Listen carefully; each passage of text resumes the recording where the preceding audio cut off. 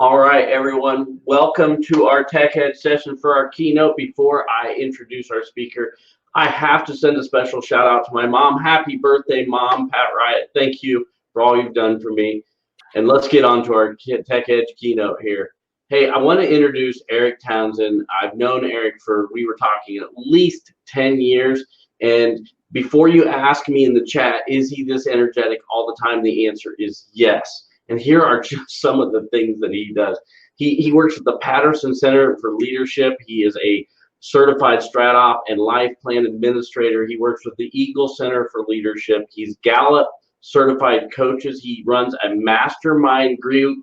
Oh yeah, for the world, just in case that wasn't enough. And he does have a full-time job. He's been with Intel for 22 years. And I just want to add a personal note that he takes a picture of most of his food. Not sure what that's all about. But with that, I know you'll find Eric to be an energetic and entertaining speaker. And with that, Eric, all yours. Steve, thanks. Thank you very much. Everyone, thank you for taking time out today. Tech has been great, right? You've probably learned a lot so far. You have more things to go through today. And I'm excited because today we're really going to lean into resiliency. And as we take the next bit of time to talk, the focus is really going to be on how you in your world today are leading with resiliency. And why I point this out is over the last 90 days, we all have been impacted both personally and professionally in our workplace and our lives. And there's been a lot of ways that life has changed. And how you look at it, it can be something that's harder, something that's easier. Your teams are going through the same thing you are. In fact, as we go through today, I really want to make sure it's interactive as possible. As Steve said, I'm just excited to be here. I'd start jumping if I could, but everyone out there, please, use the chat. We're going to have a Q&A that we do at the end. We've got great things, but think about right now. I'd love people to start chatting. Where are you leading from today? If you can, just put in the chat. Are you leading from the kitchen? Are you in an office? Are you on the couch? Go ahead and chat in there. Where are you leading from today? Because I think as we're thinking about how we're helping people on our teams and where we're leading from, that's where they're leading from too. It may not be the same place of where we're at. So I'm excited because today we've got a couple things we're going to talk through, right? So first, kind of why we're here today is we're going to learn how to lead a little better. My kind of topics we'll walk through is first I want to talk about the current leadership environment. It is not the same of what it was last year, and as we go into next year, it will be different. So I want to just talk a little about that. Next, I want to dive into 3 ways to lead with resiliency in this new remote world. And why I say remote world is just because for us, some of us, we're in a home office. This is my office here. I'm not in a bookstore. People see my books and they go in a bookstore. I'm actually just like you. I'm in a home office. I have teams all over the U.S. and people I speak with all over the world, and you have to lead and connect differently. So we're going to talk about those 3 ways to lead with resiliency. My goal is that we're walking through today. I'm going to prompt you a couple times and ask you, how do we lean into helping you develop more resilience in 2020? So as we're going through today, I'm going to give you lots of different things to think about. And my goal is that when we lead today, you'll select 1 or 2 items that will actually help with your resiliency development in 2020. The cool thing too is it's not we're just going to go through some content. We're actually going to have a really cool resiliency executive leadership panel that we're going to do at the end. So we're going to actually have some open conversation and dialogue. And as we're going through today, feel free, like I said, chat your ideas. If there's something that comes up, you're like, I never thought of it that way. That's interesting. Put that out there because other people are probably going, I never thought of it. And then we want to make sure it's as interactive as possible, even though this is virtual. I want to say thank you here. I do want to give a shout out. There's been a lot of great people that have actually helped with this. Kevin, Olga, other folks that have leaned in. So I'm just excited to share some things with you today. And as we go through, I'm very fortunate to work with a lot of great people. In fact, some people on here today I'm looking at, I know you. And I'm fortunate to be able to walk with you from just who I do. I work at Intel Corporation full-time. I actually work in our sales and marketing group, but I do a lot of our leadership development at Intel. I work with individual team members. I work with managers and executives on how they lead. And then I work with teams on how they can become high-performing teams. I've been very fortunate to be involved with various initiatives with various companies. So there's just some companies out there I work with on a regular basis. I've got some background on leadership. I don't know everything, to be honest with you. So today I'm going to reference other very, very smart people and some ideas they have. But feel free to get connected up with me on LinkedIn. I share some things out there, and I like connecting with people and knowing some things. So this is just a little about myself, because sometimes when I go Keynote like you, I'm like, okay, never heard of this guy, saw a bio. What's he going to bring? Here's just some background information on me and what we can have. But as we start today, I want to really first just talk about what's happening in leadership. And I pause and I kind of take it down a level, because where we need help the most is not just in basic leadership, it's in transformational leadership. And when people say transformational leadership, what does that really mean? Eric can kind of give more definition. So this is actually from an organization that tracks leadership trends, education on leadership. And so they've got 5 key areas for transformational leadership. First one is their ability to track, develop, and retain really quality talent that meets and the business objectives. That percentage you see there, that's the number of leaders today that organizations, when they rated their head leaders, 36.4% of people said, yeah, we've got someone in the chair right now that's leading our patch that basically can attract, develop, and retain quality talent. The next one was, hey, the person that's in our group that's leading our company, moving us forward, they have the ability to create a compelling vision and engage others around it. 28% of leaders today. Not that they think that, right? The people that are around them say that. The next one, the ability to inspire others. 20.5%, right? So 20% there. Next one, ability to deliver results or is results oriented. 19.7%. We're not just on basic leadership. We're saying how are we getting results? How are we driving that across all of our teams? And the last one, and this is the one that's really big right now, because once again, we're all remote. We all got different stressors we're dealing with not only our internal teams or external teams or people at home, all of these things, right? Is the ability to manage the stress and demands, don't miss it, of a real-time, overloaded leadership environment. I don't know if anyone out here today, when you look at this, could say, I'm in a overloaded leadership environment. I've raised my hand. Yeah, I've talked to 2 leaders already today that lead worldwide companies, and they're raising their hand saying, yeah, it's an overloaded environment today. To be that in that area of transformational leadership, all these specific areas come into play: talent, vision, motivation, results orientation, and handling these different stresses that are out here. So I just start with this because that is kind of the baseline. When we think about where we're at for leadership, we just say, hey, I'm getting things done. That's not leadership. That's just managing, right?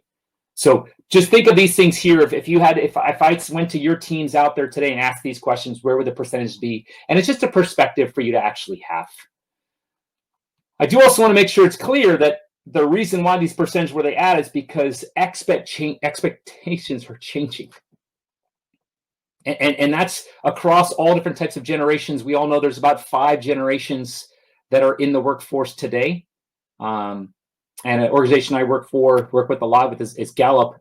And at Gallup, we have done a lot across research and polls of generations. And we're seeing this shift in how people see leadership and what they want from it. So in the past, people would say, hey, I get my paycheck, I'm good. I'm awesome. That's what fulfills me. Now we're actually seeing people that are saying, no, it's actually my purpose. In the past, it was, hey, I'm satisfied with my job. Now it's like, no, I want to be developed in my job. The conversations happen a lot between people that may not be in your office, but they're outside their office, or they're maybe the virtual water cooler or wherever they're at. And they're not talking about, if someone's got a really good boss, they're talking about they have a really good coach, right? Be clear. We need to make that jump from a boss to a coach. And then also, and your people are probably experiencing this right now. In past, we'll talk about, hey, once a year, we're going to get there and see how you're doing. We're going to talk about your development. We're going to see how you're doing. Now it's actually changed. These are ongoing conversations. At our company, every 3 months, we're having a conversation with our employees and talking about getting insights, right? How are things going? right? It's a two-way conversation. It's not one way. That's why coaching thing comes into play. In the past, we'd focus on, gosh, you're not really good at that. How do we improve that weakness? Now we're seeing, we're identifying people's strengths, and we're trying to grow those strengths, make them stronger. And then finally, which is probably one of the bigger shifts that people are noticing, and you're probably seeing this on your teams, it's very apparent right now, but in the past, people had their job, and now they're actually having their life, where their life can sometimes be just their job. People are going all in. There is no longer a Monday to Friday, an 8 to 5 around their job. Depending on the generation that you deal with and your organization, people can say that Saturday at 4 o'clock in the afternoon is when they're doing their job. It could be any day of the week, any time. So just understand the expectations are changing. That's why we're having this conversation about resiliency, because you need to deal with that. Now, when we talk about resiliency, I just want to make sure we're all on the same page of what resilient means. It's actually one of the top lookups right now in the Merriam-Webster library online. If you go there and you start typing in words, this is one of the top ones. And resilient, it's got two definitions I think are very appropriate right now. First is the ability, able to become strong, healthy, or you can see successful again after something bad happens. All right, so strong, healthy, successful after something bad happens. I think right now, I'll say it's bad, but also been going through, been pushed back and forth, right, on various things with our teams, right, from our customers, constraints that we're in. The next part of it relates directly to that, the ability to return to its original shape after being pulled, stretched, pressed, or bent. I'm going to ask you, do you feel like you've been pulled, stretched, pressed, or bent? Do you think people on your team have felt that? So when we're talking through resiliency, the next couple of things I'm going to talk about is that really making sure strong, healthy, successful. These are things that you're going to need to do. When we talk about your teams, right? They're being pulled, they're being stretched, they're being pressed, they're being bent. That's where we say this whole thing of resiliency, how key it is. So what I'm going to do is take the next couple minutes. I'm going to talk you through 3 kind of ways to lead with resiliency. And I am not someone who has all the answers. I get some information, folks, and I kind of listen. I talk to them and go, that's a pretty good one. I should share that one. So let's first start. First one I'm going to talk about is, and have you think about, is you need to invest in the new business currency. So there is a great book by a guy named Stephen Covey. It's called The Speed of Trust. Anyone out there read this book? I see some. Okay, so here's the thing. Speed of Trust. The cool thing about it is that, and I'll give you a little bit of a cliff notes on it. And right there, you see there's kind of that diagram. What Covey leans in on, he says, trust is made up of 2 things: character and competence. Now, obviously, everyone here has got capability. You got skills, knowledge, experience. You wouldn't be in the role if you didn't have that. You obviously have some type of track record where you can deliver results, credible, you have performance. What I want to focus on here is about character. And when we think about resiliency, that whole thing about strength, right, success, all that, character really comes into play. And I'm not, there's a whole longer conversation we could have on integrity, honesty, fairness. I'm not going to focus on that. What I'm focused on is the thing around really being intentional and continually building trust with your team. And I'm not saying just build trust. It's continually doing that. And you may say, well, Eric, how am I going to, okay, the trust thing is a bigger word. How am I going to do that? First, listen first. We're very easy as leaders to have experience and say, hey, you know what, here's how we should be done. But listen first, and really intently listen, and get that other person's perspective, because our perspective we have and where we sit, their connection with customers, their connection with other employees, we may not always have that. So listen first. The next part is it gets into the caring aspect, and it's demonstrating respect. I think right now we have to make sure that we not only listen first, but that demonstrating respect of all different ideas, all different perspectives, and respecting those, because everyone has specific strengths, knowledge they bring to the table, and we need to respect that. The third part of building that trust continually is creating transparency. And what I mean by that is when we have the environment where we say, hey, let's make sure that people can actually talk about things. They don't have to make sure and go around and only tell one person. You have to be able to create that environment however you want to do it. There's lots of different platforms. Some people have processes they have within their companies, but you need to create that transparency so people aren't holding things back. The last one is around kind of that openness box, but I call it righting the wrongs. And what that is as a leader, when people are, when you're stressed, you're pressed, you're bent, all this stuff, right? Sometimes we do wrong things. We say wrong things, right? Sometimes we have to go back and say, hey, I messed that one up. I didn't get that right. How can I right that wrong? What can I do to, I wasn't right there. And to be humble to actually go and do that, that's a way of actually being resilient. So this is the first one. What's going to talk to you later and say, what are the couple things you were going to work on? Maybe it's one of these 4 things around building trust. If any of these I said it, you were like, oh, I haven't done that in a while. That's one you probably want to think about. So first one is investing in a new business currency is around trust and continually building that. Second one, of how that resiliency is really going to play out and how you should develop in that leadership resiliency is around implementing the Law of Mount Everest. Great guy, John Maxwell. If you've ever read his books, he's got a great one here. It's actually an oldie but goodie. If you try and find it, it's multiple editions. And in John's book, he's got all these laws of leadership. And one of them that I really like, and it's actually I think it's number 4. Yeah, and it says the Law of Mount Everest. As the challenge escalates, the need for teamwork elevates. Now, you're probably going, okay, sounds good. Challenge escalates. I got a lot of challenges right now. I got remote teams. I got remote customers. I've got people that are not only working, but they're teaching, their kids. Yeah, this is where you need to start figuring out. When we talk about teamwork, there's actually elements to teamwork. I want to call it really clearly. And what we're start with is just a quick story on the bottom. Maurice Wilson, if you know the story of Maurice Wilson, you may not. He was a very famous climber on Mount Everest. He actually had some Sherpas going up. He's one of the first climbers that went up Mount Everest with Sherpas. And they were getting near the top. They weren't there yet. And the Sherpas said, hey, there's some storms coming. We shouldn't go any further. What we've been through before, we have some ideas about this. And what ended up happening is that Maurice said, no, hey, I'm the leader. We're moving forward. And they said, it's not going to work. And he said, forget you. I'm going myself. I'm going alone. Maurice did not make it back down Mount Everest. He's one of the first people to die actually on Mount Everest in his climb. Now, contrast that with Eric Wilhelmer. Look this name up. The guy is just an awesome person to meet with. I've met him before. He's just a great person. Eric is actually, his claim to fame is he's actually climbed the 7 summits across the world, Kilimanjaro, Everest, you name the big ones, he's done them all. The unique thing is he is blind. Eric, the cool thing about Eric that's so cool is that when you meet him, he actually talks about his rope team. And on his rope team, he's not in front. In fact, sometimes he's in the back, he says.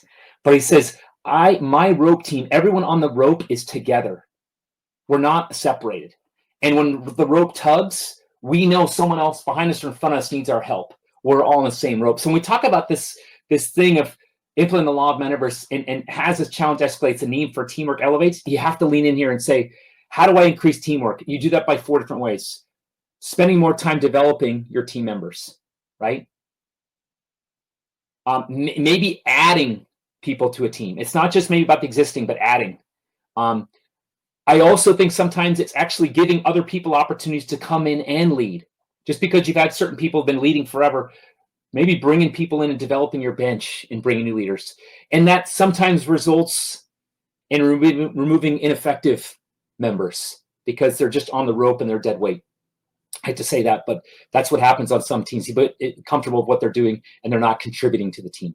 So implementing the Law of Mount Everest, but more importantly, growing that teamwork continually is a key thing. Next one I have, it's around focus on your people leadership. And sorry for me going so quick. Some people are like, all this this is I get excited about this one. And this is kind of a saying people hear about, but leadership is not a noun; it is a verb. And it's great because Patrick Lencioni, if you're a Lencioni fan, his latest book, The Motive, I tell you to read it. It's a great one. It's kind of a short one, but it's interesting because in The Motive, it's a little bit of story, but Lencioni really leans in and he talks about what do you do to help your team. So once again, this is when I talk about, okay, why are you going to grow your resilience in your leadership? Ask your question right now, what do you do? Not what do you direct, but what do you do to help your team? And it's funny because Lencioni in the very beginning of Motive talks about there's two types of leaders. One is a reward center leader where they're leading just because they want to make more money, they want to get accolades, or it's about them and their leadership. There's a service leadership people that are about how are they serving their team and working with their team and doing things for their team. Now, you may right now going, oh, I do a lot for my team. And you're like, gosh, what are all things I do? It's interesting in the age we're in right now, we have all these remote teams and being connected with them. There's 5 ways that we talk about how you can help do things for your team. One is having uncomfortable and difficult conversations. Today, it may be that you are dealing with remote team members that don't feel like they're part of a team, or maybe they feel they're part of a team, they want to do more. But maybe having an uncomfortable conversation, this is where you're at, or hey, this is where I need you to actually lean in more with different team members. Another part is depending on where you're at in the company, if you're a CEO or a vice president, sometimes, and they've got their own teams they're dealing with, sometimes you don't want to actually manage your direct reports. You just, hey, go do your thing. You go manage your team. I've got other bigger stuff I'm leading. So manage your direct reports. That's one to lean on. Running great team meetings. People are like, I just go to meetings. I don't run them. If you want to bring people together on that vision, remember we talked about the vision is so low? That's running great meetings. With that, there's team building. Right now is one of the biggest ones because teams are not together, right? They're not doing the team lunches. They're not. How do you make sure you lean in and you help with team building? And then the last one, it sounds weird. It says repeating themselves. And repeating themselves just gets to the point of, as a leader, sometimes you need to make sure that you're repeating it, your vision, your motivation over and over and over again. So focusing on your people leadership is very key. Building trust is very key. I want to make sure, though, that when you're coming out, and once again, you're going to think about if you need to select one of these to develop your resiliency this year when you're leading. Now, whenever I'm talking to Steve, he's like, Eric, could you just think of one more that you could actually, like 3 is good, but I don't know if I don't know if Steve likes 4, but I'm going to give you one extra one, a bonus one. And this is probably the hardest of them. And there's a book that Dr. Henry Cloud came out with. Henry Cloud is a great, great guy. It's called Necessary Endings. And the saying that he brings up, talks about a lot, is that pruning is the first step in innovation. And pruning, if you think about it, for the picture there, right, of someone kind of pruning the bush, and you're probably like, oh, pruning, okay. How am I going to do that? And certainly outlines a couple big things, but the 3 big things that I took away that are really, I think, to think about is, so what things are good today that aren't the best for tomorrow? And I use the word best for tomorrow. So we're all going through things right now. If you've got a business continuity plan, awesome. For folks that didn't, and you're like, okay, I went into this kind of ramping things down and ramping things up, and I'm going through this kind of roller coaster of things. This is a great time to say, if we think about 2021 or 2022, what we're doing right now, is that the best for 2022? It may be good, and then it may be something that needs to be pruned. Another category of things you should be thinking about is items that are sick today that are not going to get well. Meaning they don't really fit into tomorrow. So you may have a customer offering. You may have a process internally for your employees. You may be having something that it kind of is just limping along today. Something should be pruned. Last one is to really think about things that they call it long since dead, he talked about, but really things that are sucking out energy that really have not, we've been doing them. That's just how we do business, right? But you haven't really thought about why you do that. You haven't asked the questions around it. You maybe haven't listened of like, okay, why? Tell me why again, why we're doing this. As a leader and being resilient, sometimes you have to go and say, we're going to need to actually stop. But I talked to, a couple of slides back about having difficult conversations. and how that can actually help in various areas, trust, other areas. But this is where this part of pruning is something that you should be really considering and thinking about. So, like I said, these 4 areas hopefully will help you. I want to make sure, right? I want to pause for a minute and have you think about this. What 2 action plans can you put in place in the next 30 days? All right, so you saw I had all those things for each of them, right? I think it was like 15 or 20 we talked about, right? So building trust with your team. Is that something you should lean in on? Is there something that you can actually do there? Is it listening more, right? The next one, increasing teamwork at your company. So is it like, when we talk about teamwork, right, we talk about as far as how can you really maybe add people on the team? How can you develop people on the team? How can you bring new leaders in? Is there a certain initiative at your company, a certain activity that's coming up, something that's new that you can increase teamwork with? How about that part of doing more to help your team? Is it running the good meetings that really manage your direct reports? What specific ones should lead in there? And then finally, what do you need to start pruning? And this is a real thing, right? I love when Henry Cloud talked about this part of, it's that first step in innovation. Any big step that's taken, there's always been a change, right? A movement. And so I'd have you think about, what do you need to start pruning? And I love this quote that's been said in the past, is leadership is not a position title. It is an action and example. So the one way, I'm going to be honest with you, that you're going to be able to start leading with resiliency is to start taking action. It's great. You're learning a lot of great things here today. You're kind of getting some resources. But if you just go back to your company this afternoon or tomorrow and there is no change, don't expect any change to happen. That's actually insanity. If you look up that quote by Albert Einstein, doing the same thing over and over again, it's insanity. You got to have some change. Feel free, once again, hook up with me on LinkedIn. I talked about how we've got content. We're also going to go through and talk about kind of a little bit of a panel. So I've got Steve and I've got Jimmy on from Nex-Tech. I'm excited to kind of get their perspective. So Jimmy and Steve, how are you guys doing today?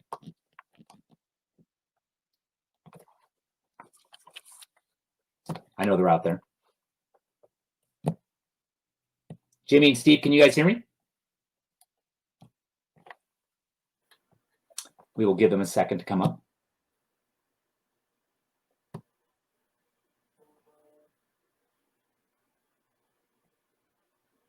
And I know most people know Jimmy and Steve.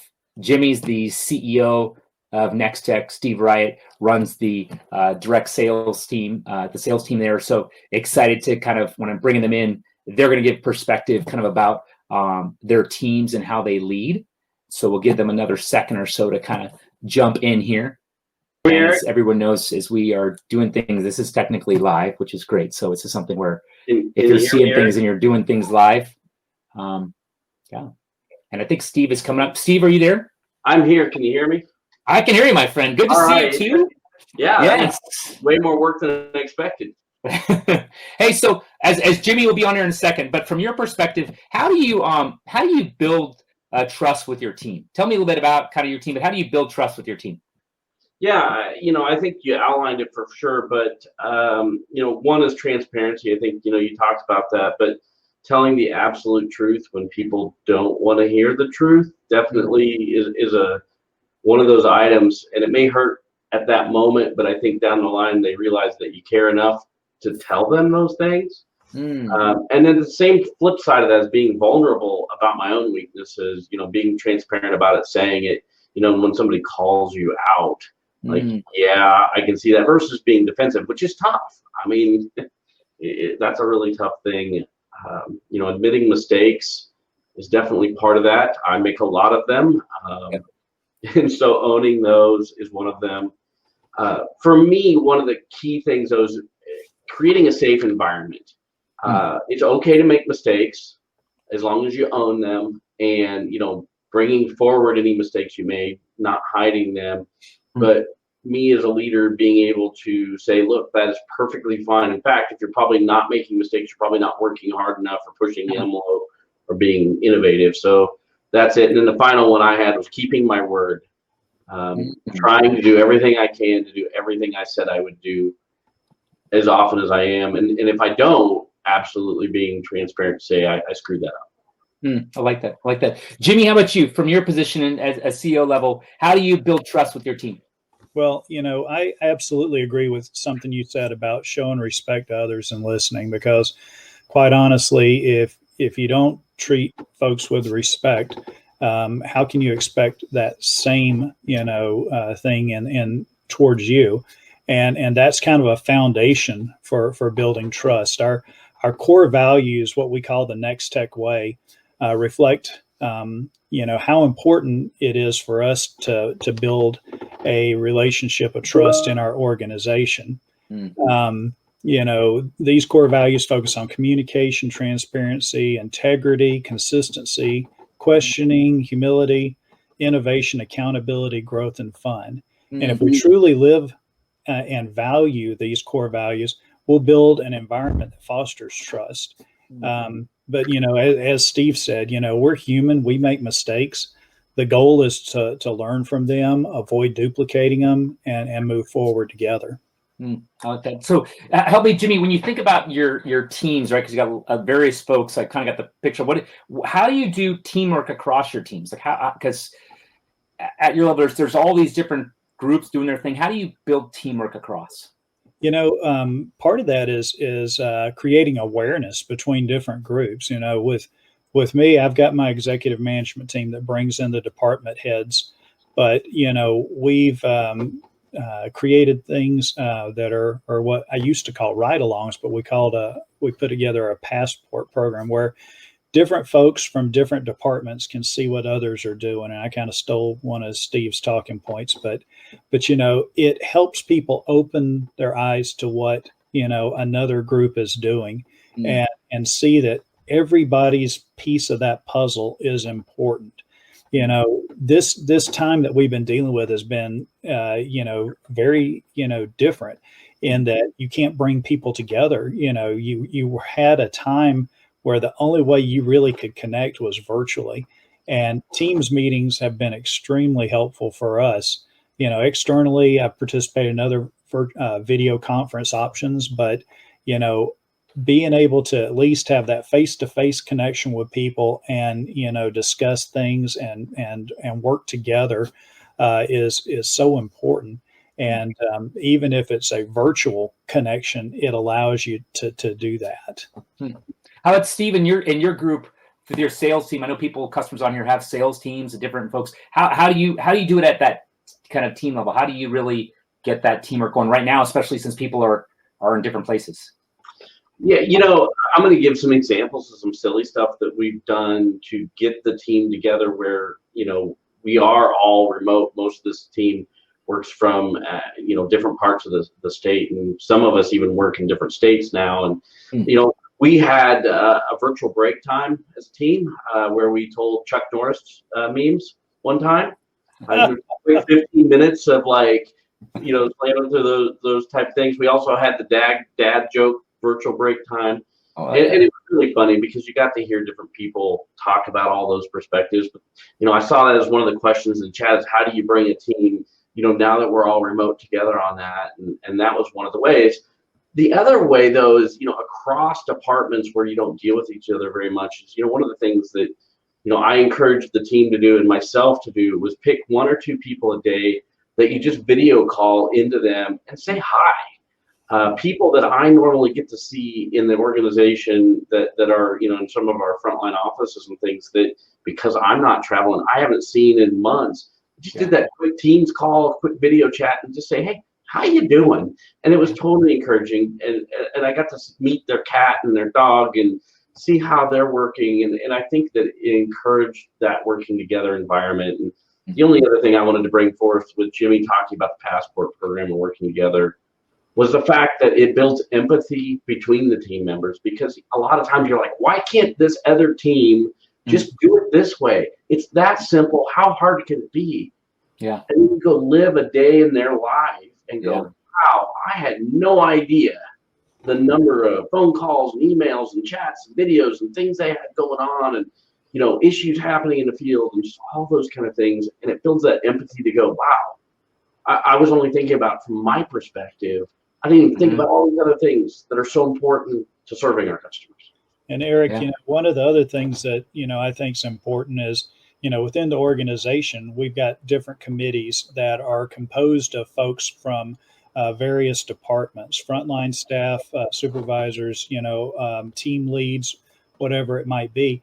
And those, groups help, make decisions, recommendations to take to the board. Things like our culture committee and our benefits committee are two of the biggest impactors that we have.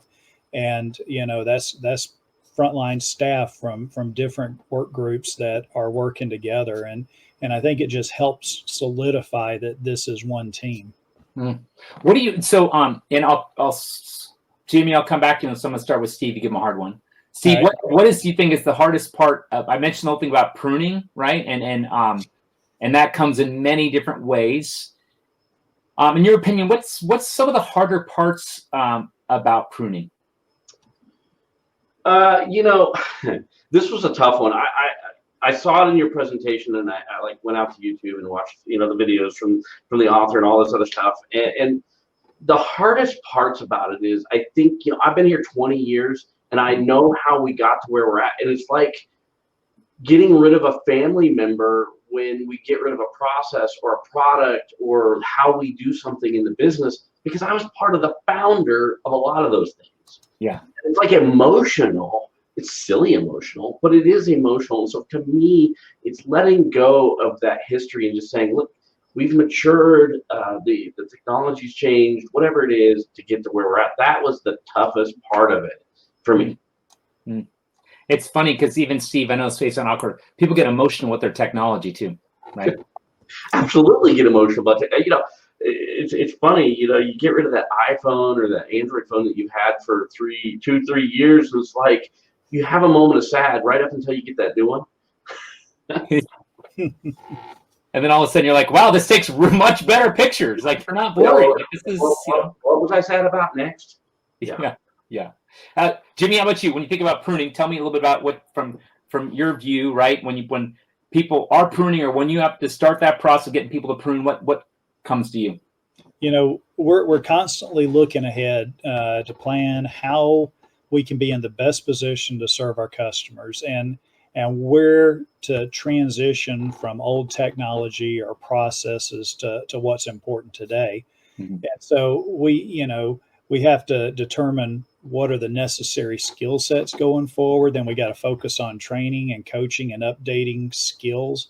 We have to challenge our processes and procedures and even the services we offer to be more efficient and effective, and then execute a plan to be better. Like Steve said, sometimes that can be kind of emotional, when it's been how we've done things for so long, but that's the way we've always done it. Doesn't mean that it's the right fit for today or tomorrow. So, making that a constant, part of my team's meeting together and look into the future and figuring out, okay, what doesn't fit tomorrow, right, and when is the right time to transition away from what we have done in the past. Yeah. One of the things that I wanted to add to that is a few years ago, we introduced the idea of Kaizens. I know I'm speaking language with you, Eric, and several things that I saw just, in my own team and the own process that we had is like how many times you might check a process to check a process to check the process to finally check the process, which is, to your point, around trust at some point. But also the process of a Kaizen, if you're not familiar, it stands for continuous improvement, is you're kind of putting it up on the board and going, wow, something as simple as, this takes 85 steps in this organization. If we could eliminate 20% of those and be as efficient and even serve customers better, why wouldn't we do that? But you have to put it on the board and remove the emotions sometimes, and then have a bigger picture to go, wow, I had no idea. Yeah, it's funny. So at Intel, we do a process called start, stop, continue. And every year, like when we're going through and putting our plans out for the next year, we have to do a start, stop, continue, saying, what are the things that we're going to start and we're going to get excited. Here's all this new stuff we're going to do. We got this great new vision. Here's the stuff we're going to start. There's things that we're going to continue doing because they're very successful. And then there's the list of things that we're going to stop. And it's interesting because people are like, oh, we don't need to stop. No, we're good. And they're like, we have all these new starting things and you only have so many resources. Right. So what's going to change? And then you get that, okay, then it's, okay, these are really good starters. Are you sure you don't? And it's like, my friend, there's only so much time, money, and people. And you have to make a decision of which of those you want to go with. So it's good. Hey, so Jimmy and Steve, thank you for just answering a couple questions. We have other questions coming in too. And so Olga's going to actually help us through some of those questions as we, and appreciate everyone keep coming them in, and we'll be answering here next bit. So Olga, do you have any ones that have risen to the top you want to make sure we go through first? I do. So everybody, please keep posting some questions you guys have for those three. We don't want to let them off the hook that easily. But let's start off with Sarah. Steve, can you talk about the importance of filling your own bucket and self-care? Somebody must have been reading my chat that I put out there because I know that, I was part of when I went to work from home, I hated the first week. Like, it was just miserable. And the second week was kind of getting a little better. And what I identified inside of that was when I was in the office, there were natural break times that happened in the office, whether people stopping by, walking out to the little kitchen that's out here to get a coffee, leaving the office to be at lunch, things like that. And I wasn't taking care of myself. Like, I felt like I was glued to this video thing all morning and all afternoon. And of course, the other part of it was people knew I was available because they knew I wasn't traveling. Yeah. And so I think that you have to rigidly own your calendar and your schedule. And it took me a month or more to get to that point. And so now it's about scheduling those break times in there. They may not be the same times, but scheduling in there so I can walk away. Scheduling thinking time on my calendar of the things that are most important for the team and for the company to get done, and of course for myself. And so I'm a pretty rigid scheduler, and to me that's really important. And of course the other thing was I felt like I tell people this, you're in my time machine here, because I come to the office, I spend like 9 hours here, and I have no idea what I got done. I lost 9 hours of time and it just disappeared. Yeah. And so it's so important to schedule that so you can be productive. I hope that helped. Olga, can I add something on that also? Can I? Yeah. So I'll throw my Gallup hat on, right? So Gallup, we actually see kind of this whole thing around well-being. And so this is actually, if you want to go, we've got lots of research on it right now, but in this COVID-19 time when people are in their environment, your environment's gotten much smaller. Most people, if you drove to work or places, you'd have a much larger scale. And so when we talk about well-being, there's actually like 5 parts to well-being. There's a career well-being, a social well-being, financial well-being, physical well-being, and community well-being. And why I bring all these up is that we can rob Peter to pay Paul on any of these ones. So we can make our career better by making sure we maybe not do so much physical well-being, or we can do a lot more around our social well-being, but take away from the community. And I think right now it's really that self-awareness of taking the inventory. Like I tell everyone here, it's like, some of the best feedback that I've gotten from our leadership and people is that anyone you lead, ask them when their next day off is. And if they can't tell you, that's a problem. Ask them, hey, by the way, where's your next vacation going to be?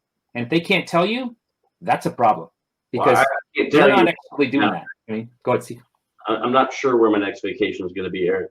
Are you sure that it could be a staycation? But the reason why I'm having you think out, like Jimmy's going to ask this now, but I'm like, because we got to get people away from just today, right? We have to get them start thinking that there's stuff happening in the future, and it can be, hey, I'm going to go with my kids down the lake. That's a vacation, right? That's just having them think about that. But that part about well-being, everyone here, you got to lean into your people, because if you don't, burnout happens. If well-being doesn't happen, burnout happens. I like Alan D's comment down here where he says, having a mentor is so important. And I concur with that, because, you have to have somebody to check yourself with, to be completely authentic with, to share your troubles with, because great leaders are going to listen to the troubles of everybody else around them a lot. Mm-hmm. And sometimes you just need to check your reality. Okay, well, thank you guys very much. We're at 10:44, so at this point, I would love to take the opportunity to give away some prizes or the gift card that we have and give you guys kind of an overview of what's next. So we have our sessions queued up for 11 o'clock, up telephony with Darren Walters. We have crunch time to keep your customers virtually engaged with Megan to take you on a little bit of a marketing journey. And then, of course, we have our technology chat room with Mike and Alan. So don't hold back and give them the tough questions.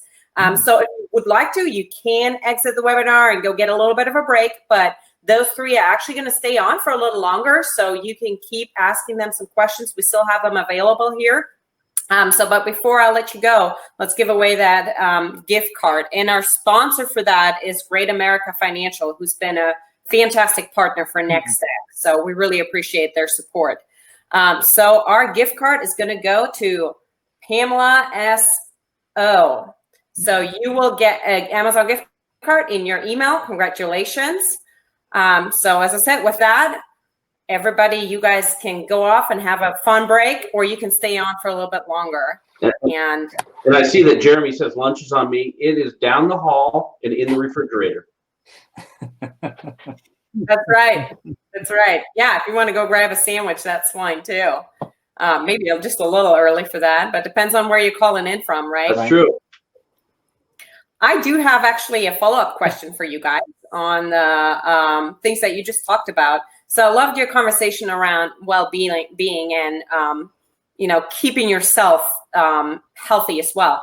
And I had a group that we talked about recently. How do you have that separation between work and home? If you're working from home, what can people do to still create a separation? How can you kind of still make sure you leave your work at work if your work is at home? Mm-hmm. Jimmy, you want to start first? Yeah, to me, I think it's defining where that workspace is going to be, right? Dedicate a place that when you're there, that's what your focus is. So that if there is anybody in the home, I realize your pets don't necessarily understand that, but hopefully your significant other, your kids do understand that, and make sure it's a place where it can allow you to focus. You also want it to be somewhat professional because, again, with the video calls and things like that, if it's not fairly orderly, that can become a bit of a distraction. So those are just a couple of little things that I think are fairly important. Mm-hmm. Steve, how about you, man? I'm very passionate about what I do. I love the technology.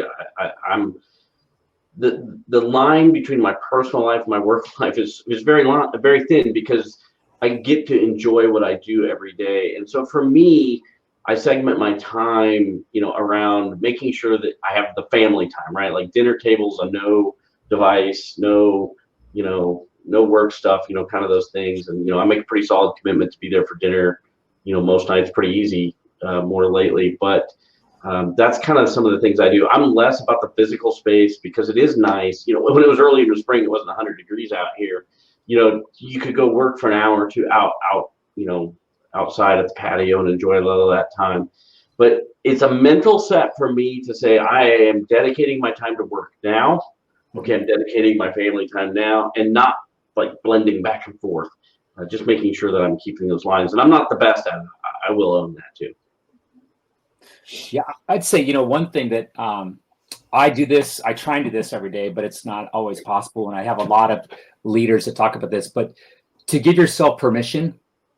And I just I say that because for like today, you can say, I'm going to give myself permission today to have, a break at this time, or I'm going to give myself permission to make sure that but whatever that is, but give yourself permission. You got to give yourself some freedom. I think if we were in the office and doing the same old, I get that, but there's, like I said, the stressors and things we're going through, you have to give yourself permission for something each day.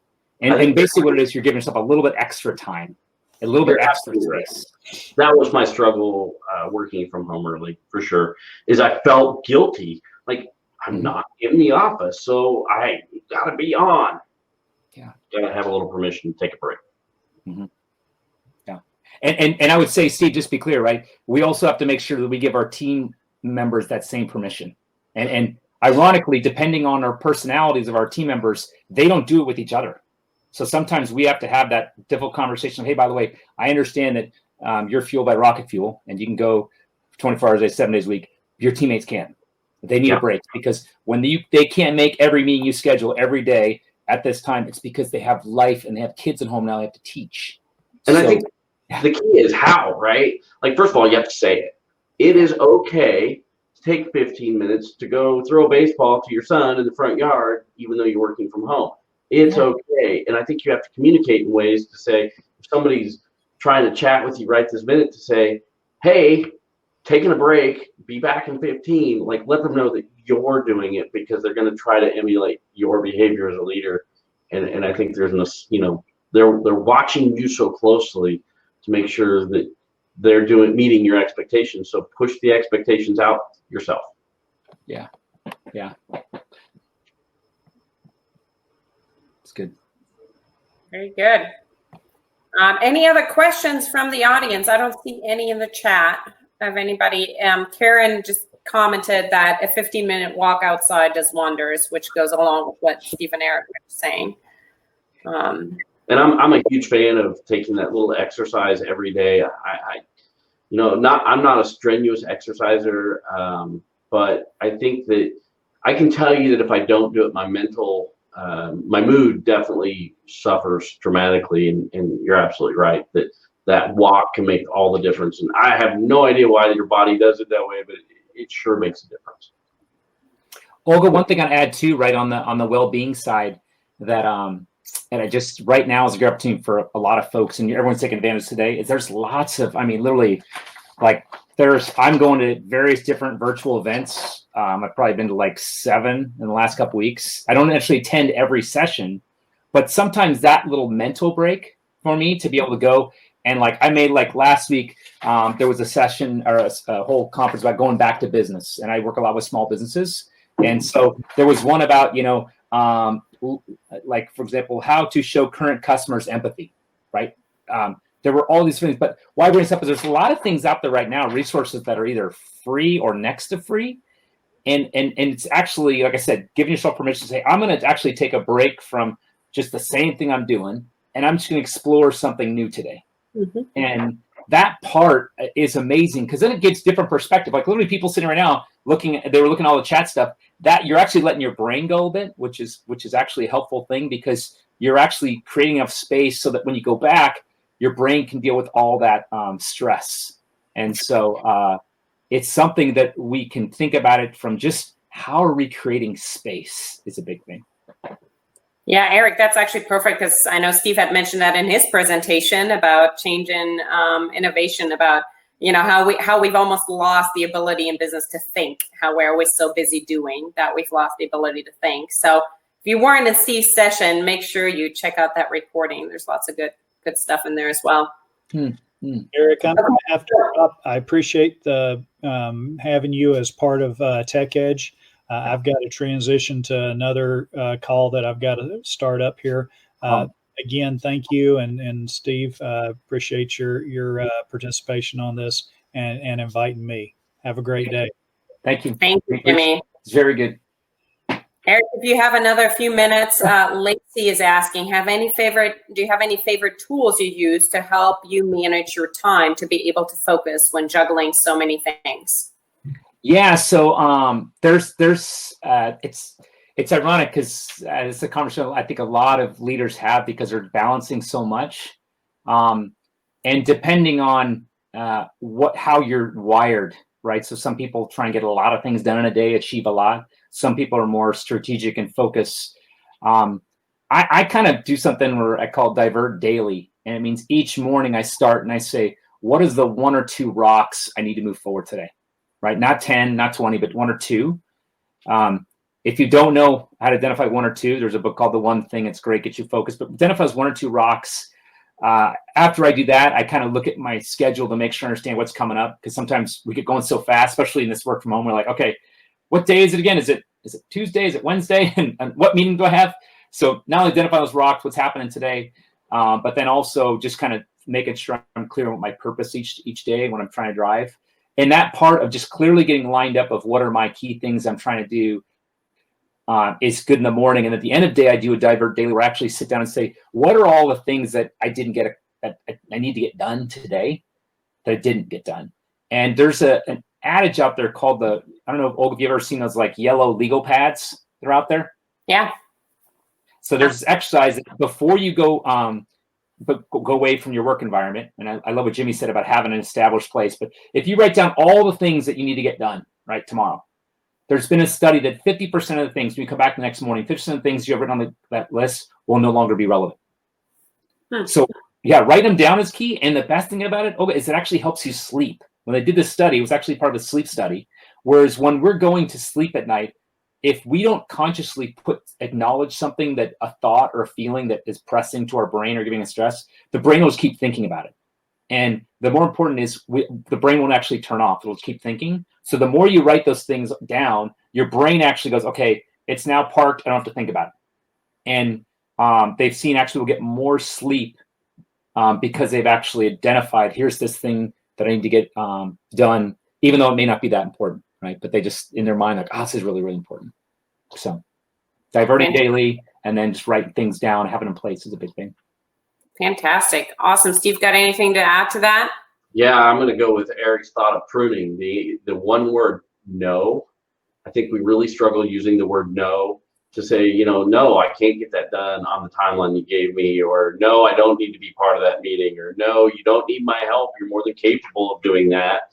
I don't think we use that enough, and I think it empowers your other team members to be more productive. But I don't know about you, but have you ever missed that call and then called that person back 10 minutes later and like, I got it figured out? Yeah. There you go. Yeah. Absolutely. And Steve, I want to add on what you said, because I think a lot of leaders miss this, right? When we're first starting in our jobs and our roles, we have to say yes to basically create credibility, right? But as we move on in our careers, we actually grow by our no's. We grow by our no's. Like saying no is actually a form of maturity, because you're not just taking on the random stuff. And it's that part of, okay, I got to have that conversation about I shouldn't take this on. But that's the only way you grow. If you keep doing everything for everyone, you're what they call it, a master of none, but something of all. But you grow by the no's that you actually say. Those are some great tips. Thank you, guys. All right. At this point, I think we might want to wrap it up so people have time to switch to the next sessions. It looks like there's no more questions in the chat, but we did have a really great quote from Jeremy. Life is like riding a bicycle. To keep your balance, you must keep moving, from Albert Einstein. So I thought that's a really, really nice quote to end on. I like that. Cool. So thank you guys so much for joining us. Eric, thank you for joining us. It was a delight to have you today. And everybody who's still on, if you want to connect with Eric, just reach out to us. We'll get you his contact information. And I think he also had his info up on LinkedIn. And in the handouts, there is his presentation. So be sure to download that before you exit out of the webinar. And of course, the session will be recorded as well. Thank you, guys. Olga, thanks you for all your help. You and Kevin, appreciate it. Thanks, Eric. Thanks, one.